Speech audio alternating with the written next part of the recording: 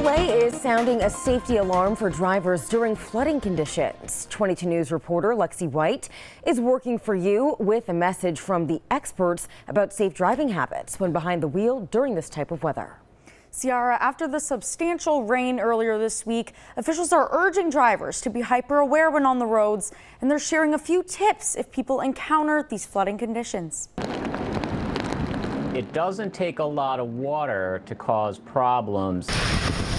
6 inches of water. That's all it takes to make a car lose control on the road. And after the torrential downpours across the Northeast, it's important for drivers to know how they can be safe during flooding conditions. Less than 12 inches of water is enough to actually lift and carry a vehicle away.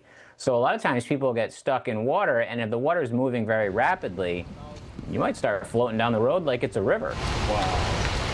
Aside from the immediate damage this amount of water can have on a car, like causing it to hydroplane, stall, or crash, there are more long-term impacts on the vehicles that drivers might not even realize right away. If you get water in your car, engine bay, underneath the belly pan, or any place where water is not supposed to go, it can get trapped and parts of the vehicle can start corroding. That's why AAA's best piece of advice is stay away from water if you can. if moisture gets trapped inside the car, it can become a breeding ground for mold and bacteria. So it's important to pay attention to any odors and let your car air out with the windows down.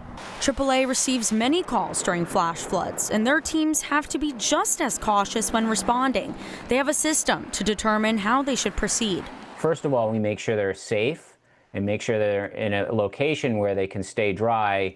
And if we have to wait for the water levels to go down a little bit before we can tow them, we'll do that, but their safety and the safety of our drivers is paramount. If you're in a flooding situation and you can't get out of your vehicle, please call 911 so first responders can get to you and help you get to safety.